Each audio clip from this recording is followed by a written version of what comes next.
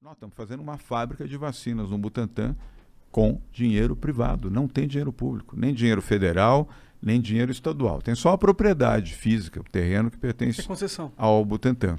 E é uma fábrica, 200 milhões de reais. 200 milhões. E não tem lei Rouanet, contrapartida, vantagem, desconto fiscal, nada, zero. Eu fiz um pedido, falei com os empresários, são 26 empresas que estamos ajudando. Aqui pode falar o nome de algumas empresas? Então, manda ver. Ambev é uma delas, Itaú, só Itaú foram Itaú Unibanco 50 milhões. Ambev 20 milhões. Aí Banco Safra, Banco Santander, Sabesp, várias instituições financeiras, não financeiras, empresas diferentes, são 26 empresas, arrecadamos 196 milhões de reais que estão sendo investidos nessa nova fábrica. A fábrica está quase pronta já. Agora, no final do ano, ela vai estar prontinha, equipada. Em janeiro, começa a produzir a vacina aqui. A Butanvac? Não, essa é a Coronavac. Butanvac é outra fábrica. Nós vamos ter duas. Entendi. Duas. Que bom. Essa é a Coronavac. É a vacina que, pelo menos eu que tomei no braço aqui, eu tomei 2 doses também. É porque tu foi um dos primeiros, não é? Não, tu respeitou a fila bonitinho, né? Não, eu respeitei a fila. Eu fui agora. É verdade. Mas tu tá meio triste que tu tomou essa? Não. Você não pode entrar nos Estados Unidos agora. Não. Aqui Não, vai poder, governador, sim. né? Não, vai poder. Tanto na Europa quanto nos Estados Unidos. Não pode, você tem que fazer a quarentena. Com qualquer vacina você tem que fazer a quarentena para entrar nos Estados Unidos. Entendi. Sim, senhor. Pfizer, AstraZeneca, Moderna, eu Janssen. ouvi falar por aí Se você não fizer 14 dias, você não entra nos Estados que a Unidos. OMS não estava reconhecendo essa vacina. Agora deixa eu te falar da fábrica, porque isso é uma boa notícia. Primeiro, ela vai produzir a vacina aqui. Você não precisa mais trazer o IFA, sabe, que é um insumo. Você vai produzir aqui, então, muito mais barato, muito mais rápido. Vamos ter uma vacina boa, segura, eficaz e barata e produzida aqui. Vai custar 4 vezes menos do que comprado lá fora. Comprado lá fora. Você não paga seguro, não paga transporte aéreo, não paga armazenamento, não paga a trading que tem que fazer toda a operação, o próprio lucro das empresas e tal.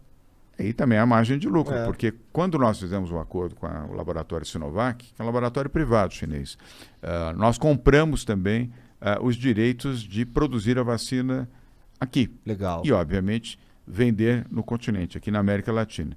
E ao vender para fora do Brasil, nós temos que pagar um delta para a Sinovac. Bom negócio para eles. Eles estão lá na China produzindo vacina em larga escala. Eles já produziram 2 bilhões de doses da vacina da Coronavac. 2 bilhões de doses da vacina. Nós vamos entregar 100 milhões aqui no Brasil. Até o final de agosto, 100 milhões. Já entregamos 63 milhões e 200 mil vacinas. Até o final de agosto, vamos entregar 100 milhões. E tem a segunda fábrica, Igor, da Butanvac. Então vamos ter 2 fábricas de vacina. Olha que coisa bacana. O único país da América Latina que vai ter produção de 2 vacinas contra a Covid-19 será o Brasil, será em São Paulo e será do Butantan. Maneiro. Sendo que a Butanvac, que é a vacina que está em testagem, ela não está aprovada ainda pela Anvisa, ela está em testagem. Até outubro terminam os testes estão acontecendo na Universidade de São Paulo, no Hospital das Clínicas da USP, em Ribeirão Preto, com acompanhamento da Anvisa. Até o final de outubro, o Butantan apresenta para a Anvisa todo o resultado dessa testagem. Se a Anvisa aprovar, e eu tenho absoluta segurança de que vai fazer essa aprovação, até o final de outubro, início de novembro, o Butantan já vai poder produzir a Butanvac. E a Butanvac é uma vacina que tudo indica que você vai tomar a Butanvac para uma dose da Butanvac, você vai tomar para a Covid-19 e para a gripe, tanto a H1N1 quanto a influenza. Ou seja, você toma uma só vacina para ficar livre da gripe e da Covid. E também uma vacina barata, porque ela é totalmente produzida aqui, desenvolvida aqui, envasada aqui. Então, olha que coisa bacana. A perspectiva que a gente tem para o futuro. Bacana mesmo. Salvando vidas, ajudando as pessoas e tendo um custo muito mais baixo e não tendo essa dependência de vai chegar vacina, não vai chegar insumo, não vai chegar, chega, não chega. Olha o drama que foi para o Brasil nessa situação. Quantas vidas se perderam por falta de vacinas? Né? Madória, com todo respeito, não é duvidando da honestidade ou de qualquer uma dessas empresas que você está falando, mas, cara, como é que a gente consegue garantir que realmente não tem contrapartida? Nenhuma. Não tem nada? Nenhuma. Olha, Esses eu não caras tenho não vão- procuração do Itaú, mas vou usar o exemplo do Itaú, Tá. que foi o maior doador para a fábrica de vacinas da Coronavac. Doou 50 milhões, conforme eu te falei. O grupo Itaú Unibanco, da família Moreira Salles, da família Setúbal, se você contar todas as doações durante o período da pandemia, doou 1 bilhão. 1 bilhão. E doou, não pediu contrapartida de nada. E doou para o Brasil inteiro, não foi só para São Paulo. Aqui doou um pouco mais. Afinal de contas, é o estado com o maior número de pessoas, tem 46 milhões de habitantes. Também é um estado onde é a base deles, é a sede deles. Mas ele doou para o Brasil inteiro. Comprou cestas básicas, comprou respiradores, comprou monitores, comprou os EPIs, equipamentos de proteção individual, máscaras, para o Brasil inteiro. Doou 1 bilhão de reais. Alguém vai perguntar, mas qual é a contrapartida? Foi a doação. Há pessoas, há instituições, há empresas que fazem isso no Brasil. E a pandemia trouxe à tona isso, coisa que a gente não imaginava que acontecesse. Não foi só o Itaú, estou dando o exemplo do Itaú, que foi o exemplo, vamos dizer, mais robusto. Eu não tenho nem procuração da família, nem do banco, nem nada. Estou falando aqui porque eles foram generosos conosco e vi que foram generosos com muitas instituições, hospitais, pronto-socorros, prefeituras, governos, instituições, ONGs. Ajudaram muita gente e não pediram nada em troca. É dinheiro dos acionistas, cada um lá dos grandes acionistas do banco, são duas grandes famílias, que falaram, não, eu quero ajudar o meu país, quero ajudar a população, e fizeram isso. Isso é um legado bom. Ao lado de tanta tristeza, quase 560 mil mortos, também a alegria de ver a solidariedade de instituições, empresas e pessoas que puderam ajudar, e ajudaram. Falando nisso, você pegou como governador uma das fases. Acho que é difícil ter uma fase tão difícil quanto essa, né? Porque não sei se a gente vai ter outra pandemia em 100 anos. Então você virou governador e pegou uma pandemia. Então pegou um desafio grande aí, né? E você teve que tomar decisões difíceis. Você foi muito criticado por decisões e qualquer decisão que você tomasse ia ser criticado. De um lado ou de outro. Ou de outro, né? Verdade. Mas é um dilema. São aquelas situações que você imagina, você não queria ter que tomar. Fala, puta, que decisão de merda que eu tenho que fazer, sabe? Ou eu me fodo ou eu me fodo. O que eu faço? Como que foi pra você? Tipo, ter que decidir se fechava ou não tudo, se abria. Como que é? Monark, eu fiz a decisão pela vida. Era difícil, porque tinha economia também. Mas eu preferi optar pela vida. E eu acho que eu fiz certo. Porque se nós não tivéssemos fechado, feita a quarentena, São Paulo foi o primeiro estado do Brasil a fazer quarentena. Ao tamanho da dificuldade. Ninguém tinha feito quarentena. De chegar aqui, que eu morava em Curitiba e vinha fazer o Flow. Eu lembro de chegar aqui e passar na Paulista e caralho, uma cidade fantasma, né? O bagulho. Então, parte de mim sente saudade desse elemento apenas, das ruas vazias. Porque... Igor, não foi fácil, porque ninguém tinha feito quarentena no Brasil.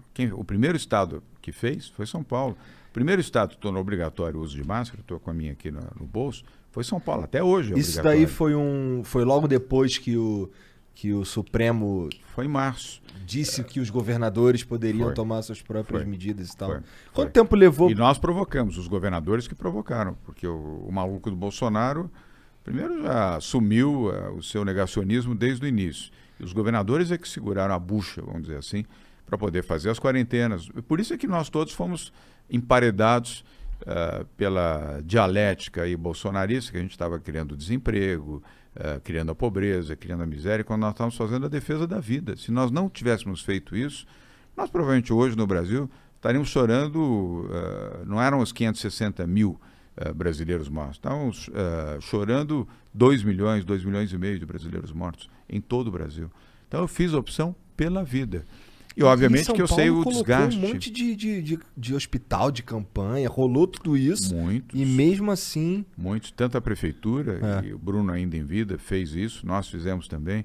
Nós dobramos. São Paulo tinha, no início da pandemia, nós tínhamos 3.180, eu sei de cor o número, leitos de UTI. E já era a cidade com o maior número de leitos de UTI na América Latina.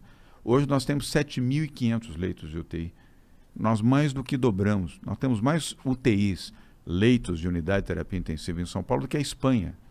Caralho, porque toda a Espanha legal. nós temos aqui. Então, investimento. São Paulo é tipo do tamanho da Espanha. Mas né? tem mesmo. tem E a aqui- população é equivalente. É equivalente? 46 milhões. Você acertou. A dificuldade não é... A dificuldade talvez seja mais ter uma equipe para gerir, pra atuar nessas UTIs. Isso foi um troço que eu aprendi também. Bem lembrado. Porque eu ficava, porra, caraca, 1 ano de pandemia ainda não deu tempo de construir UTI. O cara, não, cara, construir dá. O problema é que tem que ter os profissionais pra trabalhar. Isso, e bem lembrado. Aí nós tivemos que fazer um esforço enorme junto com o Hospital das Tomei Clínicas. um esporro na internet. A internet me deu um esporro. Eu fiquei, beleza, aprendi agora. Não, e está correto isso, porque num leito, em torno de um leito de UTI, são 6 profissionais médicos. Para cada leito de UTI, 6 intensivistas, fisioterapeutas e os médicos. E enfermeiros, são 6 que você precisa. Precisa 2 enfermeiras, 2 médicos e 2 intensivistas, que são os fisioterapeutas. Cada leito de UTI. Você imagina, nós saímos de 3.200 para 7.500, a quantidade de gente que nós tivemos que contratar rapidamente para poder viabilizar. Por sorte, tinham, e as universidades também nos ajudaram muito, os hospitais. Houve um esforço coletivo dessa linha de frente. Aliás, parabéns a médicos, enfermeiros, paramédicos. Essa linha de frente são os heróis do Brasil.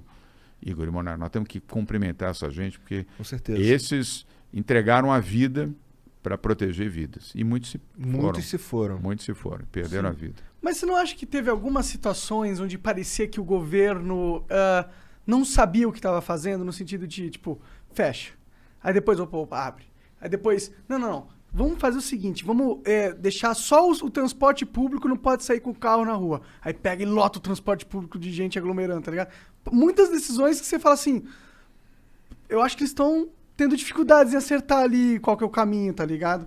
Monarca, você tem razão. Quando foi a última pandemia que você se lembra?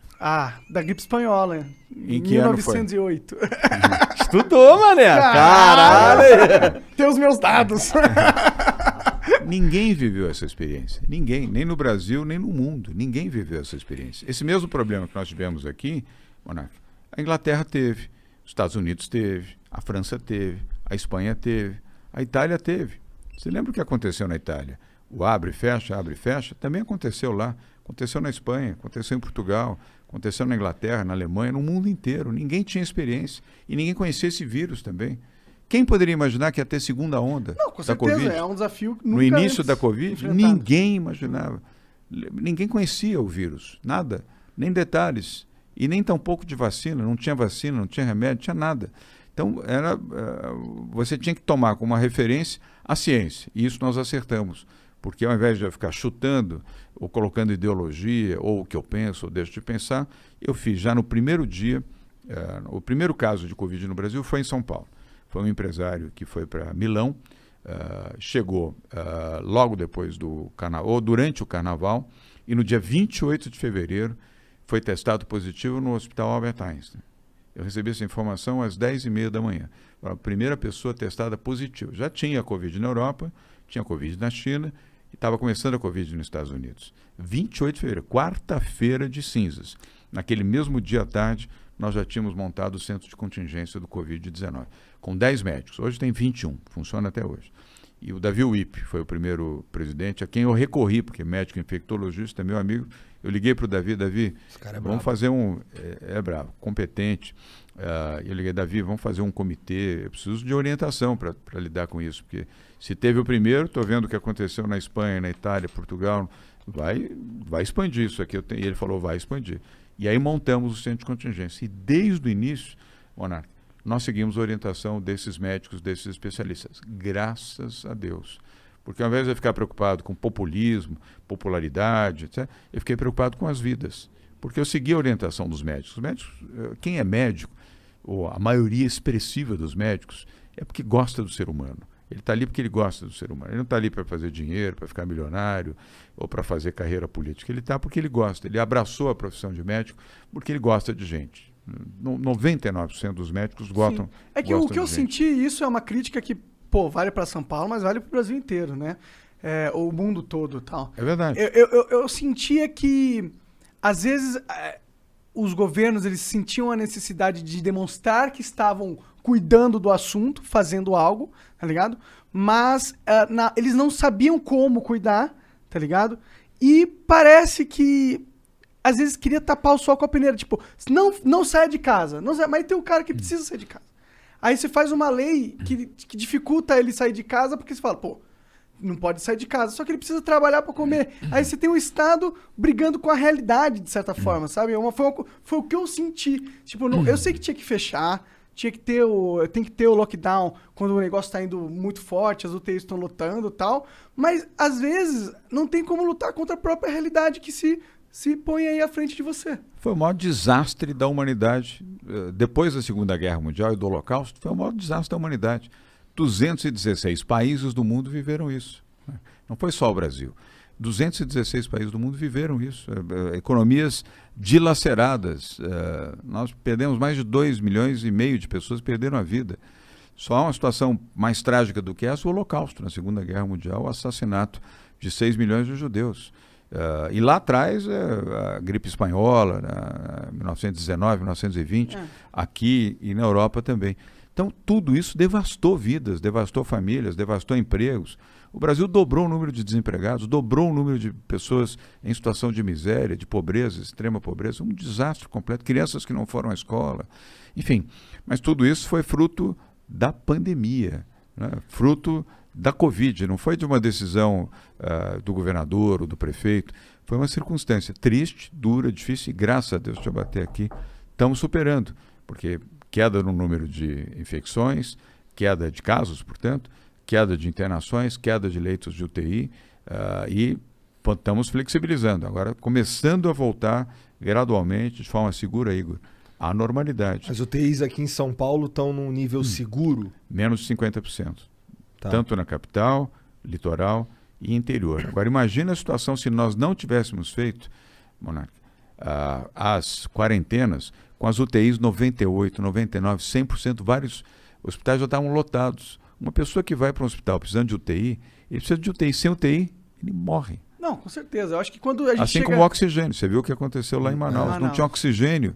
Pessoas morrendo em casa, morrendo em carro, morrendo na porta de hospital, porque não tinha. A situação parece coisa de filme. Sim, é terror. Foi uma triste realidade. Horrível, foi uma triste realidade. Imagine se aqui nós não tivéssemos feito esse cuidado. Que é muito maior. De, olha, fiquem em casa, usem máscara, façam o trabalho virtual, porque se uma pessoa chegasse no hospital, com o hospital lotado de UTI, sem o respirador, a sua vida ia durar mais 1 hora.